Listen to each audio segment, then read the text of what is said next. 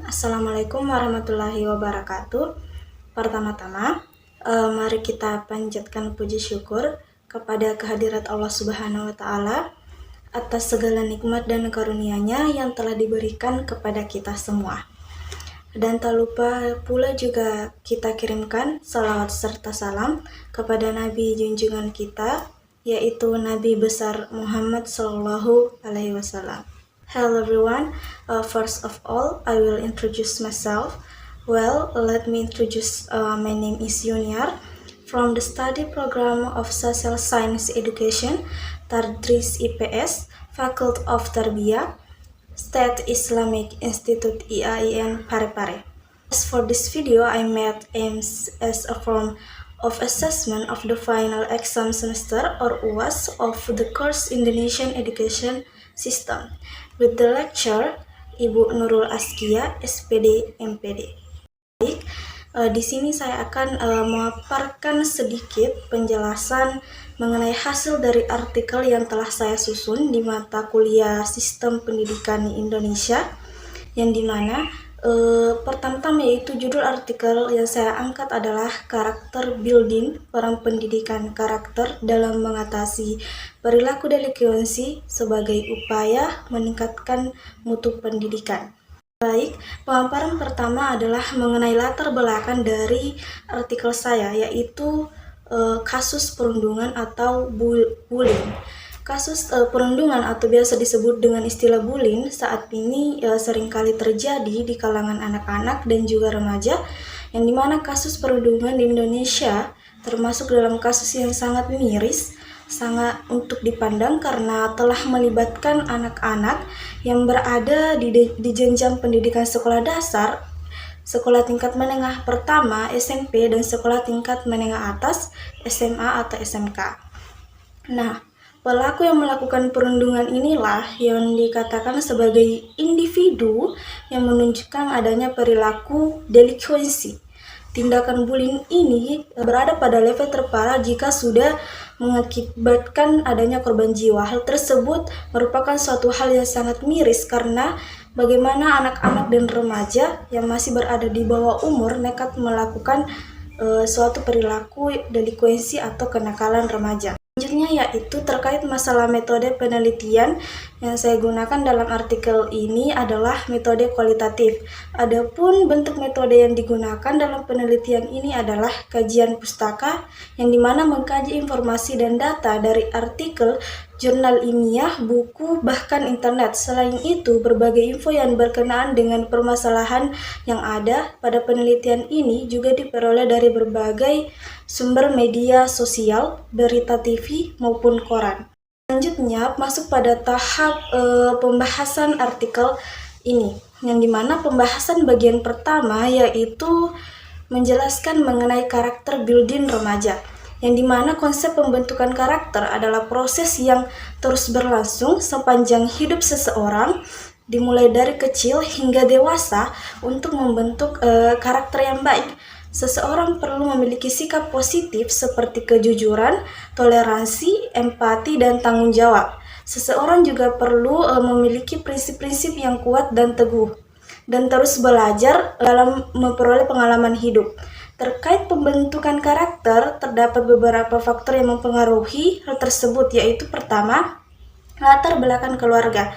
Orang tua dan keluarga merupakan pembentuk karakter utama bagi seorang anak, terutama pada masa kecil atau sejak dini. Keluarga dapat memberikan contoh sikap dan perilaku yang baik atau buruk kepada anak-anak mereka. Yang kedua yaitu pengalaman hidup. Pengalaman hidup seseorang juga mempengaruhi pembentukan karakter, yakni melalui pengalaman, seseorang dapat belajar dari keberhasilan dan kegagalan yang dialami seseorang, serta dapat membangun prinsip dan sikap-sikap yang bernilai positif.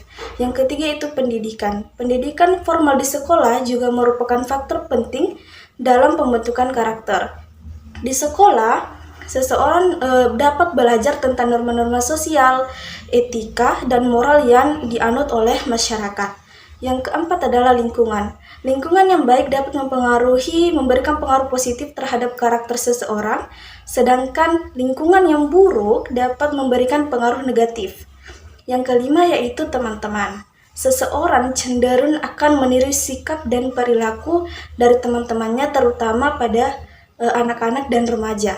Yang keenam adalah media. Media dapat memberikan contoh dan perilaku yang baik dan juga yang buruk. Perilaku delinkuensi, menurut Shoemaker 2010, perilaku delinkuensi umumnya banyak dilakukan oleh kalangan remaja yang berada pada umur pertengahan hingga remaja yang menuju umur dewasa. Tetapi tidak menutup juga kemungkinan perilaku delinkuensi itu akan mengalami perkembangan menjadi suatu tindakan kriminal yang serius atau tindakan yang telah dapat dikatakan melanggar hukum. Pendidikan karakter adalah proses yang bertujuan untuk membantu seseorang membangun karakter yang baik dan mengembangkan sikap-sikap positif seperti kejujuran, toleransi, empati, dan juga tanggung jawab.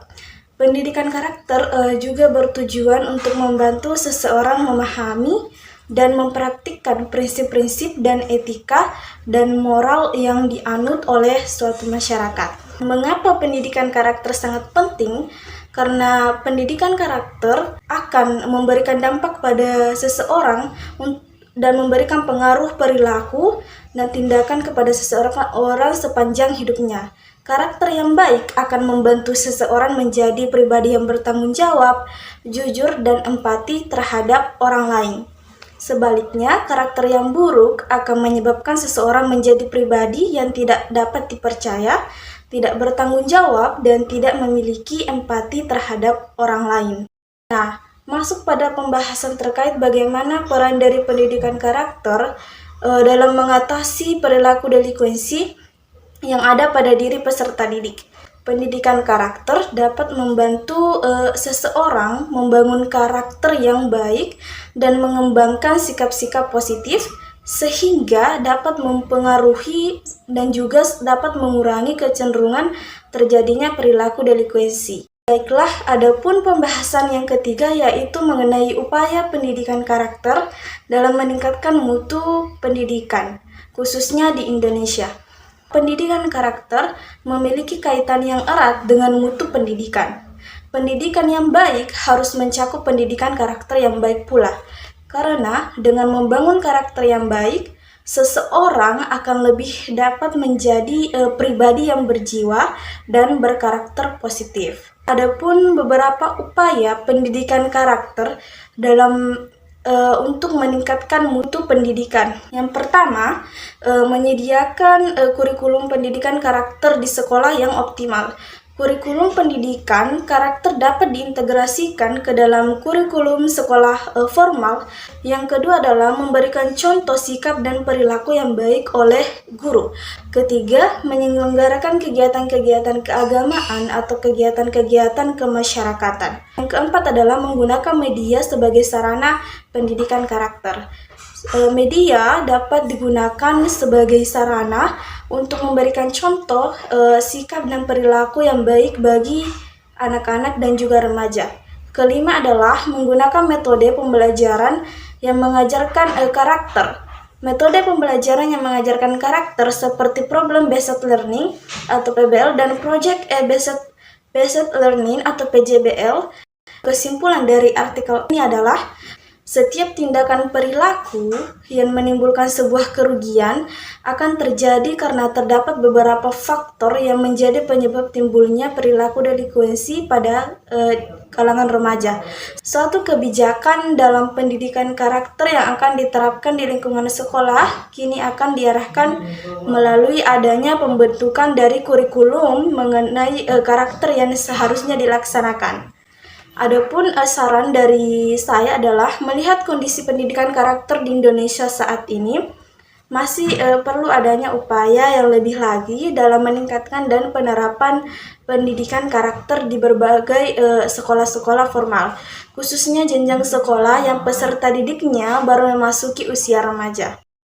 That's all. Thanks for your attention. Cukup sekian dan terima kasih. Wassalamualaikum warahmatullahi wabarakatuh.